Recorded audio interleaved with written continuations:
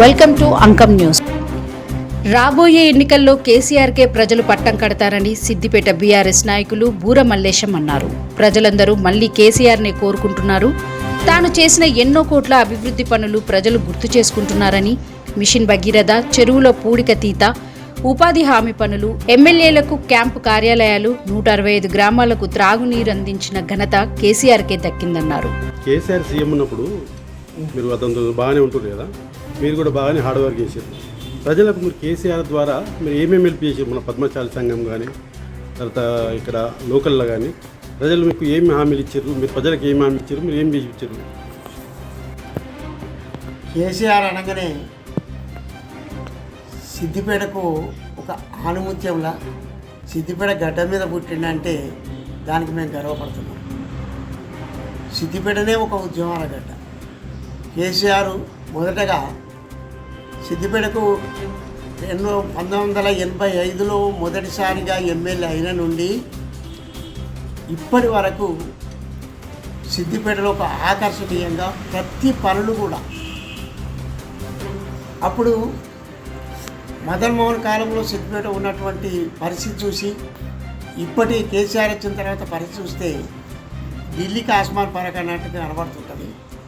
ప్రతి విషయంలో ఆయన సిద్దిపేట నీళ్ళ కరువు ఉండి నీళ్ళు తాగడానికే నీళ్ళు లేకుండా, వాడుకోవడానికి నీళ్ళు లేకుండా అటువంటి సిద్దిపేటను 1995, 94, 95లో కరీంనగర్ నుంచి సిద్దిపేటకు పైప్ లైన్ ద్వారా తెచ్చి దాన్ని ఇక్కడ శుభ్రపరిచి నీళ్లు సిద్దిపేట కాన్స్టిట్యున్సీకి 165 గ్రామాలకు అందించినటువంటి ఘనత కేసీఆర్కి దక్కింది. ఆడ నుంచి మొదలు పెడితే సిద్దిపేట వాళ్ళు ఊళ్ళల్లో పెట్టి ప్రతిసారి కూడా ఒక 10,000 తొలగొచ్చు, ఒకరు 25,000, ఒకరు 50,000, 1,00,000 అంటే తన యొక్క అభివృద్ధి తను చేసినటువంటి అకుంఠిత దీక్ష, సిద్దిపేటపై ఉన్న మక్కువ ప్రేమతోని ఎప్పుడు కూడా ఆయనకు తక్కువ మెజార్టీతో గెలిపించకుండా ఒకపారి తెలంగాణ గురించి రాజీనామా చేస్తే కూడా 1,00,000 మెజార్టీతో గెలిపించిన ఘనత ఓన్లీ సిద్దిపేటకే ఉన్నది. నిజంగా కేసీఆర్ చేసినటువంటి దాన్నే కేసీఆర్ సిద్దిపేటలో ఏమేమి చేసిండు, హరితహారం అనేది ప్రత్యేకించి పెట్టి మొక్కలు ఉంటే ఆక్సిజన్ అంది ప్రజలందరికీ మంచి జరుగుతుందనే ఉద్దేశంతో 1,00,000 మొక్కలు మొదలై ఎప్పుడు 1988లోనే మొక్కలు నాటిపించి మిషన్ హరితహారంగా పేరు పెట్టి తనే స్వయంగా హరితహారం సృష్టించి చంద్రబాబు నాయుడు తోడువాడుగా పనిచేసి మొత్తం రాష్ట్రమంతా ఉమ్మడి రాష్ట్రం అంతటి కూడా అమలు చేసినటువంటి ఘనత ఈ కేసీఆర్కే దక్కిందని చెప్పక తప్పదు.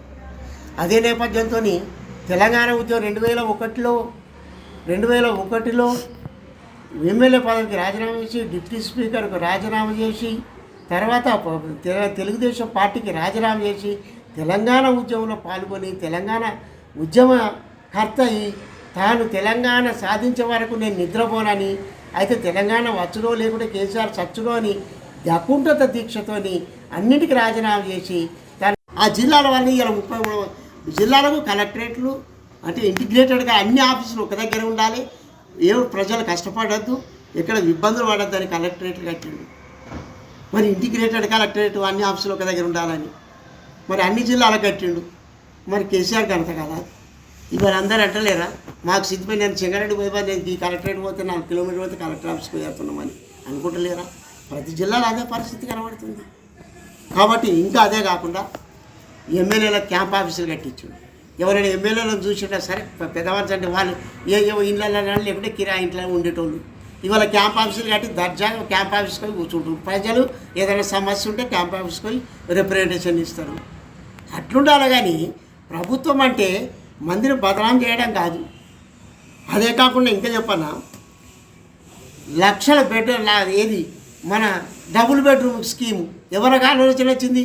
ఇందిరమ్మ ఇల్లు అని అంటున్నావు. ఇందిరమ్మ ఇల్లు ఆనాడు ఇందిరమ్మ ఇచ్చినావు, ఏది ఇచ్చినావు? రూమ్ ఇచ్చినావు, అయిపోయింది.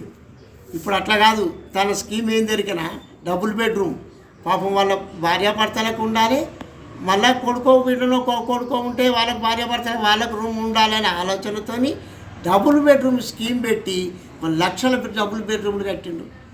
ఒక సిద్దిపేటలో చూడు 3,500 డబుల్ బెడ్రూమ్లు కట్టి వాళ్ళని దోలిండు, అందరినీ వాళ్ళకు సాగనంపిండు, చీరలు సారెలు పెట్టి సాగనంపిండు మా హరీష్ రావు గారు. అంటే అవి ఘనత కేసీఆర్ కాదా? ఏ ఊళ్ళో చూస్తే జరుగుతలేదా?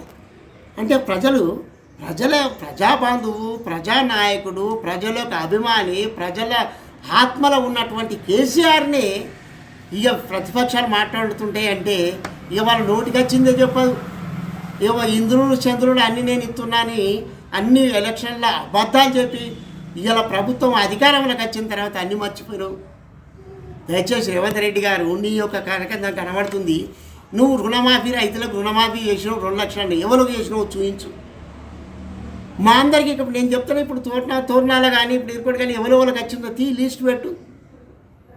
మొత్తం ఆంధ్ర బ్యాంక్ పోతే మొత్తం లిస్ట్ ఇస్తుంది, అదే మన పోతే ఎస్బీహెచ్కి పోతే ఇస్తుంది, అవన్నీ లిస్ట్ ఇస్తుంది. ఎంతమందికి రుణం మాఫీ కాలేదు, అనవసరం మాఫీ చేసినాము, ఎవరికి కాలేదో మాకు తెలియదని అంటే నువ్వెందుకు సీఎం ఉండి ఇవన్నీ చేయకూడదు, మంచిది కాదు. నువ్వు కూడా గౌరవంగా మాట్లాడు, గౌరవంగా చెయ్యి.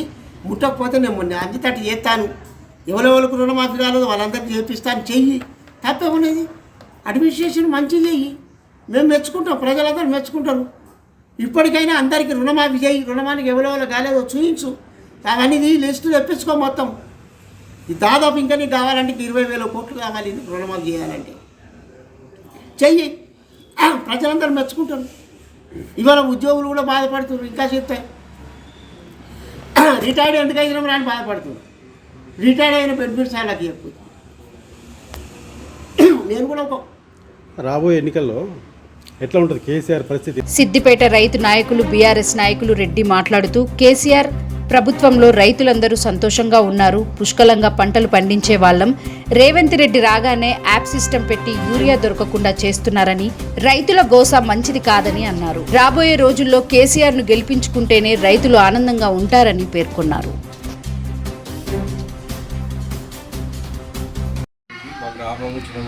మండలం సిద్దిపేట జిల్లా మీదకి మాకు ఇంతకు ముందు ఉన్న ప్రభుత్వం కంటే ఈ ప్రభుత్వంలో చాలా అన్యాయం, రైతులకు మాత్రమైతే చాలా అన్యాయం జరుగుతుంది.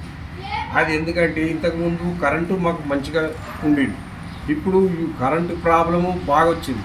యూరియానైతే చెప్పాలి కాదు, యూరియా లేక మేము పంటలు వేసుకునే పరిస్థితి లేదు.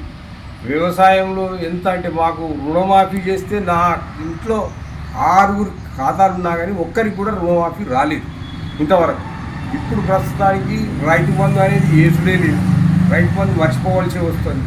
అందు గురించి గత ప్రభుత్వము చాలా మంచి పనులు చేసి మాకు అప్పుడు కాళేశ్వరం అని చెప్పి నీళ్ళు తెప్పించాడు, మా ఊరికి కూడా కొన్ని నీళ్ళు వచ్చాయి. మాకు ఇప్పుడు ఆ నీళ్ళను కూడా మాకు సరి అయిన టైంకి ఇడవక ఇప్పుడు మళ్ళీ ఆ నీళ్ళతో కూడా ఇబ్బంది అవుతుంది. అందు గురించి రైతులు ఏ రకంగా చూసినా రైతులు ఈ రేవంత్ రెడ్డి ప్రభుత్వంలో అధోగతి పాలవుతారు. అందుకని మేము మళ్ళీ ఎలక్షన్లు ఎప్పుడు వచ్చినా తప్పకుండా కేసీఆర్ని గారిని గెలిపించుకుంటామని నిరంతర న్యూస్ కోసం ఛానల్ ని సబ్స్క్రైబ్ చేసుకోండి, పక్కనే ఉన్న బెల్ సింబల్ ని క్లిక్ చేయండి. Thank you for watching Ankam news channel.